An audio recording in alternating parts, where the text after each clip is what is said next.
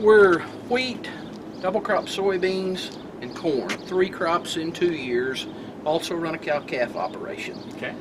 And we've been on the Conklin system since probably 2007 or 8. Okay. And you, how many acres total?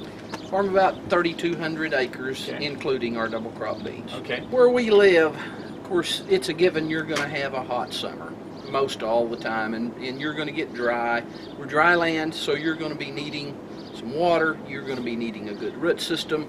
So to combat that, we try to start the crop off as healthy as we can. We're using Amplify L on the seed at planting time, trying to get it on a few days ahead of time, so when we're ready to roll, it's on there and it's ready to go. And we're running 6 gallon of 215-19 according to a soil test from Midwest Lab, and we're calling for micros in most cases. So that's one of the things I really like the best about the system. You can go right in and write a prescription for a given field, and they won't all be the same. They're like people. They're all different. This one will need 2 pints of manganese, half a pint of zinc. Maybe the next one needs a pint of manganese, a pint and a half of zinc. You can write a prescription, and when you pull in that field, I have a soil test laying there in the console of the tractor, and I just pull it out and say, now what does this one call for, and put it in and go. We were dry broadcast, and we ran anhydrous ammonia. We would put the ammonia down in February whenever the weather would let us to be ready to plant corn after the 20th of March. And I've told several of the people, you could not find an earthworm, period. If you wanted to find an earthworm, you had to go to sod and dig sod up. And now they're everywhere. I've been down behind the planter checking planting depth and seed spacing, and they'll be crawling through the trench where you're planting. So the overall health, we already talked that we're going to go through some stress where we live. Sure. So we're trying to minimize it, and the healthier the soil, the better the conditions to plant into, the better that crop's going to hold up and withstand that stress. 2012 and 13 were the 2 best wheat crops that we've ever grown. We averaged 82 bushels straight across, and I think county FSA yields show like 36 to 38. Wow. So now the last 2 or 3 years have been tough because we've endured that same drought that the whole southwestern plains has endured. This year things look really, really good. I think we'll have our best corn crop in a long time.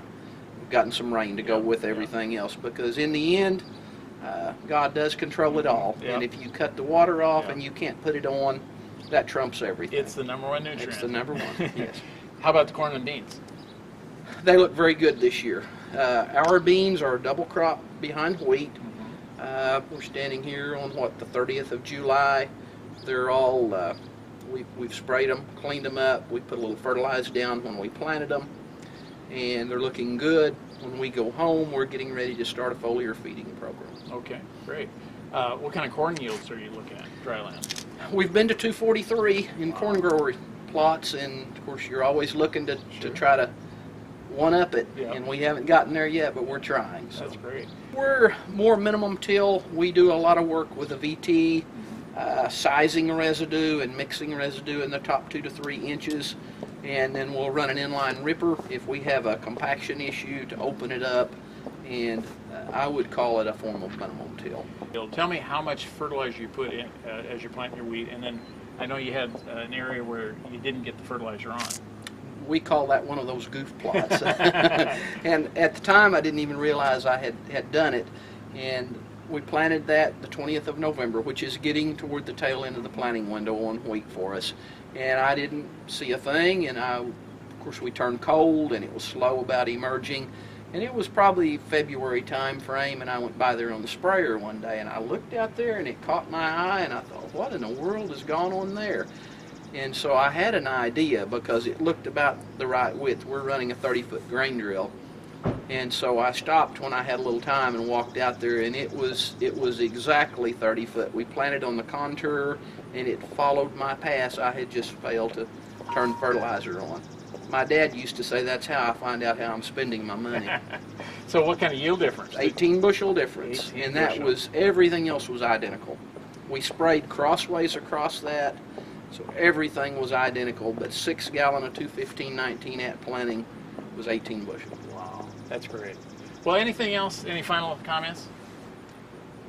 It's been Does it work? it works. Yeah. It works. It's been a wonderful ride. The people that you work with it's enjoyable. Yeah. I've had a lot of people tell me, it's fun to farm again. Yeah. And it is. I Yeah. mean, when you're doing things, you feel the best to your ability to maximize yield, it's enjoyable.